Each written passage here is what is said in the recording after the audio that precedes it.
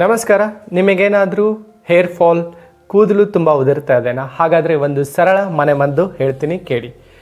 ನಿಮಗೆ ಅದಕ್ಕೆ ಬೇಕಾಗುವ ಸಾಮಗ್ರಿಗಳು: 1 ಲೀಟ್ರು ನಿಮಗೆ ಎಣ್ಣೆ ಬೇಕು, ಕೊಬ್ಬರಿ ಎಣ್ಣೆ.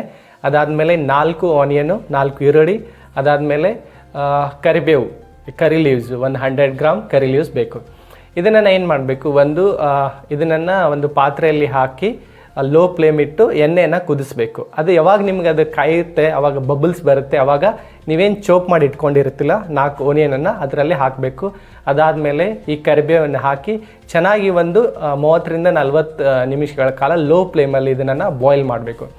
ಬಾಯ್ಲ್ ಮಾಡಿ ತೆಗೆದು ಒಂದು ಹಾಫ್ ಆನ್ ಅವರ್ ಇಟ್ಟು ಅದು ಯಾವಾಗ ಕೂಲ್ ಆಗುತ್ತೆ, ಕೂಲ್ ಆದಮೇಲೆ ಅದಕ್ಕೆ ಬೇಕಾದರೆ ನಿಮಗೆ ಈ ಫಿನೋಗ್ರಿಕ್ ಸೀಡ್ಸ್ ಏನಂತ ಹೇಳ್ತೀವಿ ಅದನ್ನು ಹಾಕಿ ಒಂದು ನೈಟೆಲ್ಲ ಬಿಡಬೇಕು. ಬಿಟ್ಟ ಮೇಲೆ ಬೆಳಿಗ್ಗೆ ಅದನ್ನು ಸೋಸಿ ನೀವು ಒಂದು ಗ್ಲಾಸ್ ಬಾಟಲ್ದಲ್ಲಿ ಹಾಕಿ ಪ್ರತಿ ದಿನ ಅಥವಾ ವಾರದಲ್ಲಿ 2 ದಿನ ಇದನ್ನು ಹಚ್ಕೊಂಡು ನೀವು ಇದನ್ನು ತೊಳಿತಾ ಬರಬೇಕು. ಹೀಗೆ ಮಾಡೋದ್ರಿಂದ ನಿಮ್ಮ ಹೇರ್ ಫಾಲ್ ಕಡಿಮೆ ಆಗುತ್ತೆ.